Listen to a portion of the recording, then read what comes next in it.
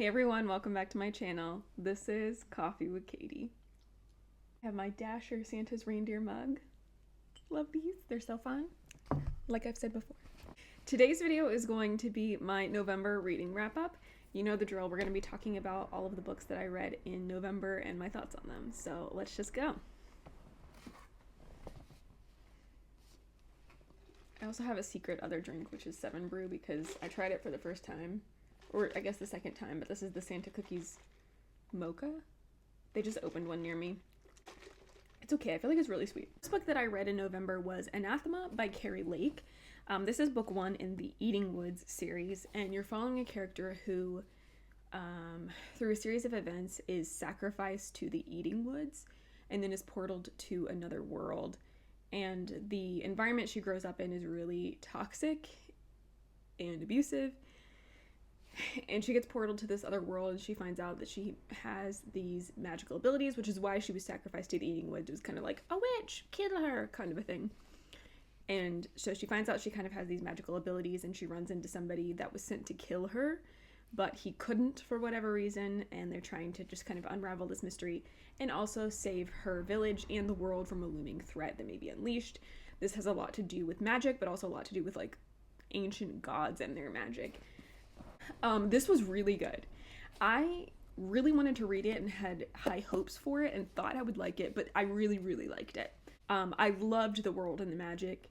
I think it'll continue to expand in the next book, which I'm excited about because I read this via audiobook and was kind of in a little bit of a pit of despair because I didn't know when the next one was coming out, but it's coming out in March and I've already pre-ordered it.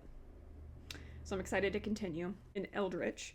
But I think the world will continue to expand in the next book and we'll get more of the like different worlds or different lands, which is going to be interesting, I think. And I think the like separate magic, so like without describing everything, how do I go into this? So Zavander is one of the main characters, and he has this like kind of cursed magic. He wasn't supposed to have it, and the way he got it was through horrible means. And he has these like this like shadow ability, but he also has these like scorpions that he can manifest.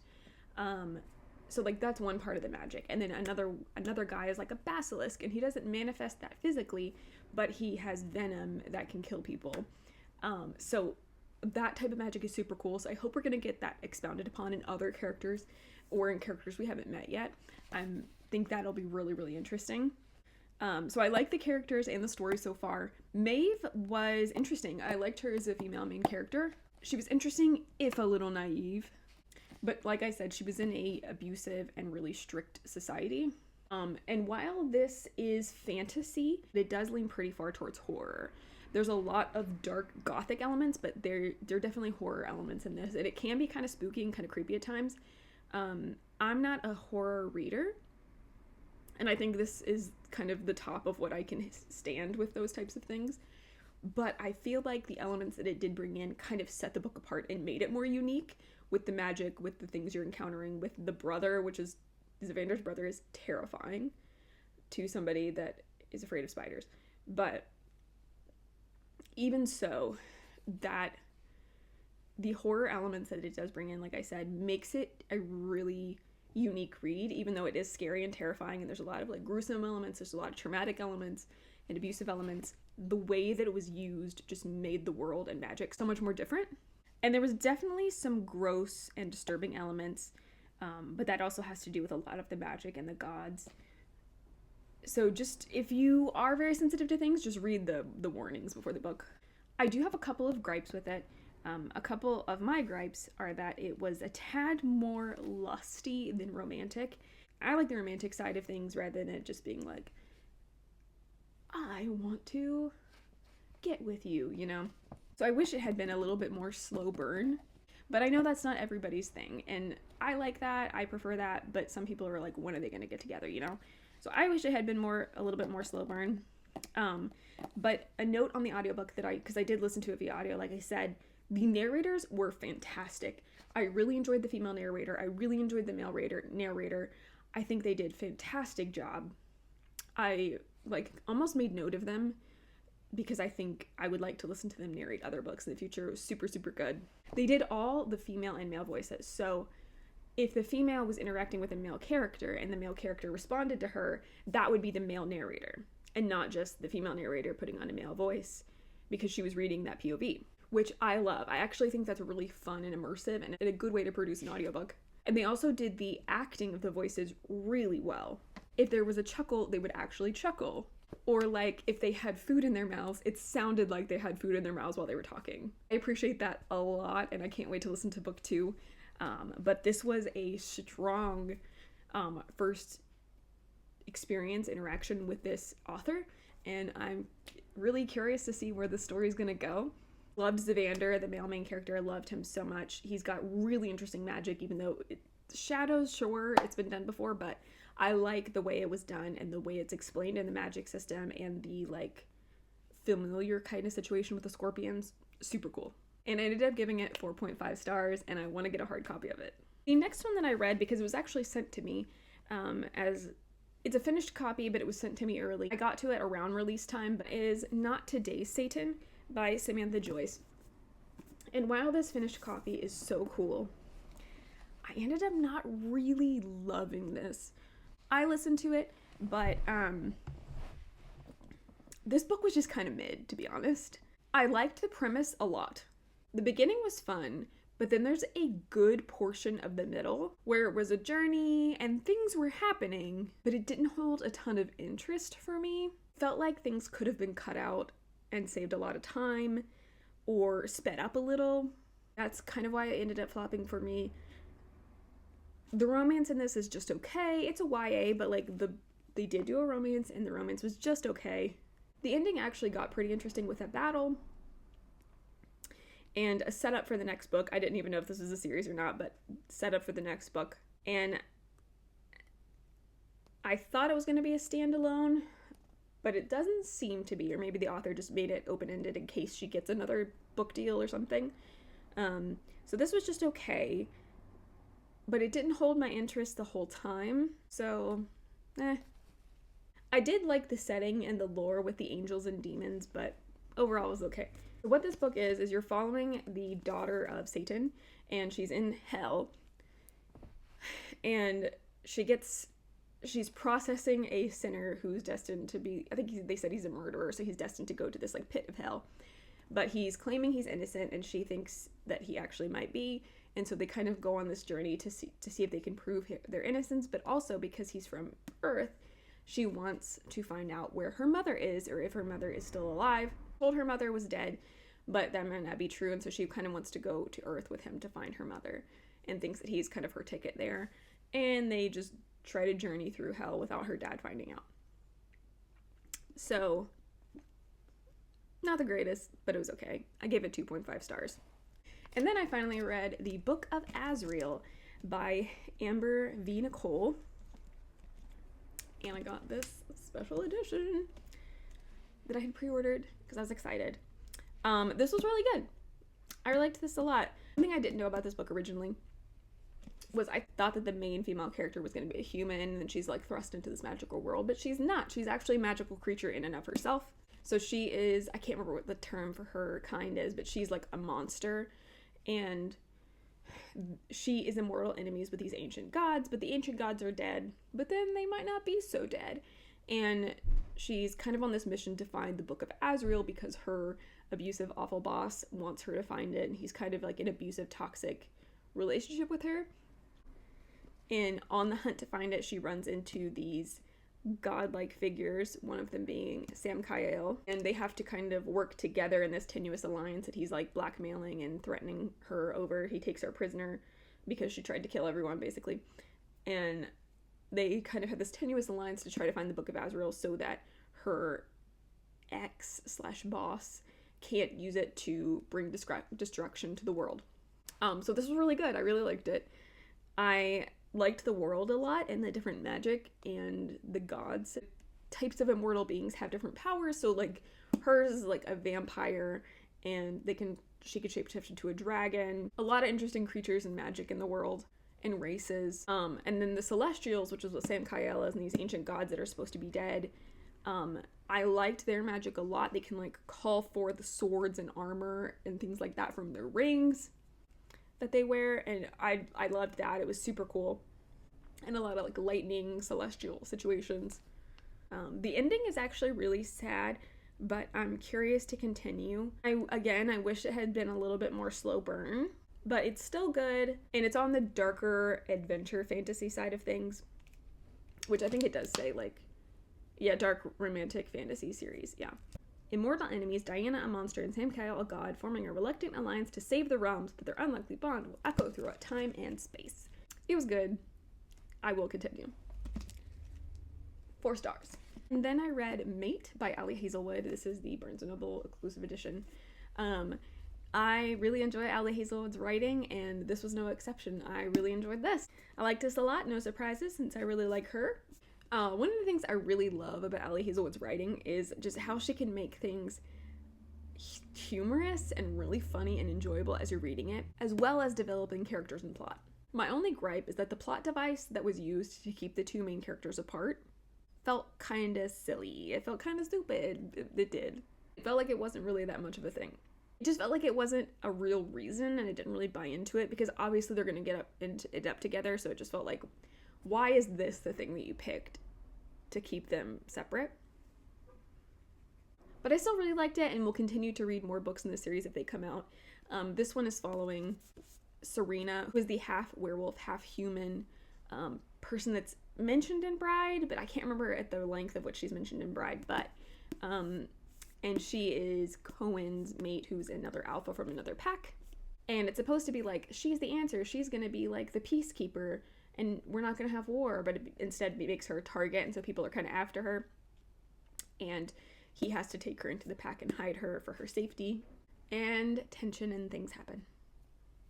I ended up giving this 4 stars. And then I read the Kingsilver bonus scenes, the Kingfisher POV chapters from Quicksilver. I read this very quickly on Audible, and this was a really fun POV. People said you had to read it before you read Brimstone. I would agree with that. I think it's not necessarily vital information, but I think it's important information, good information to have going into Brimstone. So I did end up reading this and really liked it. It was a fun POV, nothing earth-shattering, but it was good. I gave it 3 stars. And then, of course, to follow that up, I read Brimstone by Callie Hart. This is book 2 in the Fane Alchemy series, and I liked this one more than the first one, which was shocking to me. Not because I loved the first one, but because I was like, I just felt like second book syndrome, you know, like things can just go kind of awry. But I liked this one a lot more than the first. The first one was good, but the action and the pacing on this are really ramped up. Really interesting and fun. I loved that we got more action and more of the worlds in this. There's a lot of tense and worrisome moments. Trying not to spoil anything. If you don't know what Quicksilver is, it's about a thief who steals from the queen, and then she's sentenced to death, and in the midst of her almost murder, this fae comes out of this Quicksilver pool that she accidentally activated to another world, and he saves her, and his name is Kingfisher, and takes her into the Fae realm, and they kind of have this, like, they end up having a lot of talks, and they're like, is she dangerous? Is she gonna kill everybody? Is she whatever? They find out she has alchemy magic. Story continues. Lots of things happen in the first book, so I can't talk about that part, but it picks right up, and there's a lot of things that all the separate characters almost have to deal with. They separate, they have to deal with a lot of different political things, action things, dangerous mission things. There's a lot of stuff going on. There's curses, there's bonds, there's so much. And the cliffhanger is really hard to think about, waiting for answers and waiting for book 3 that has been announced. I did see part of it coming, though, and I'm not going to tell you why, so you can't, like, so it doesn't, like, point to it, you know, I want you to be able to experience that on your own timing, but I did kind of see that coming, but I was hoping we were going to get more of it in this one. Instead, it was, like, the setup. Not saying this was boring, or second book syndrome. I actually think this was really good.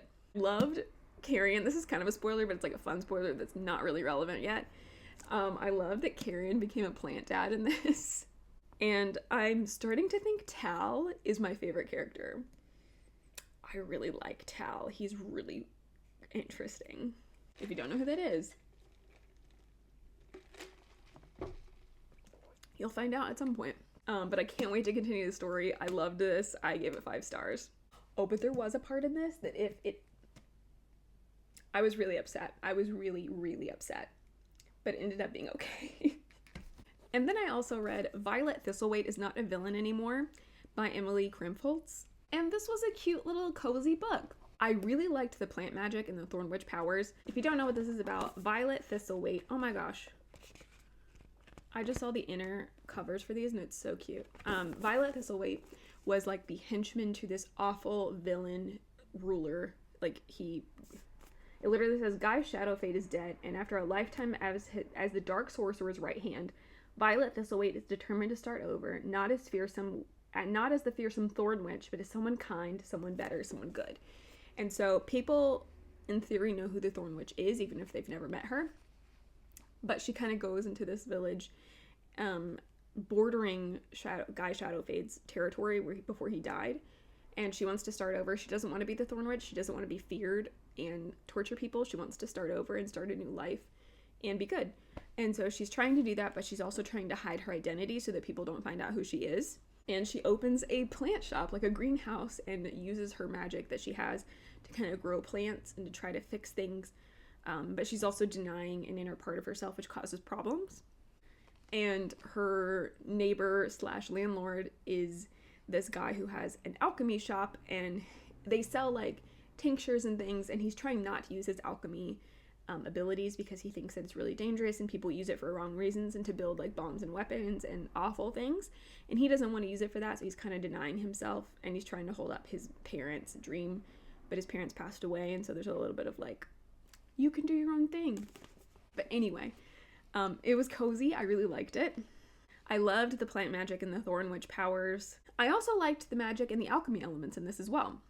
In this little like misfit town, I loved the different characters and how they kind of develop in their own way, and you get to see them and how they interact with each other. It was a cute and fast read. I wish we had gotten a little more of the backstory, actually, for her like actually being the Thorn Witch and actually being a witch. But I liked the idea of wanting to start over and the themes that this had to deal with. When you don't face your problems, you just kind of like run from them. Very cute. So if you want like a cozy read that has some plant magic and some fun little creatures and interesting misfit characters in the town, pick this up. I ended up giving it 4 stars. And then last but not least, because I was able to finish that and then pick this one up and read it really quickly, is Holly by Madeline Grace. This is kind of the Christmas novella of the Belladonna series. I was planning on reading this in December, but I literally read it like November 30th and just was able to get it read in one day because it's like 5 hours. Audiobook. This was a cute little Christmas novella with a bit of spookiness. I liked it. It was very cute. It talks about like Christmas gifts and snowball fights and hot chocolate and also ghosts and dealing with grief. So I really liked this. It was actually pretty good. I didn't know how much I would enjoy it because sometimes these things can fall kind of flat, but I actually really liked it. Thought it was written well. I'm also curious to see if the author is going to write more in this series because she left the ending really open. And I wonder if she did that on purpose. So we will see. But super cute. I would say if you're a fan of the series, you should read it. It was cute. It was fun. I ended up giving it 4 stars. Well, those are all of the books that I was able to read in November. I would love to know your favorite read of November or your least favorite read of November because that could be kind of fun. But for now, that is it for today's video. Please like this video if you liked it, subscribe if you want to, and I will see you next time. Stay safe and caffeinated. Bye.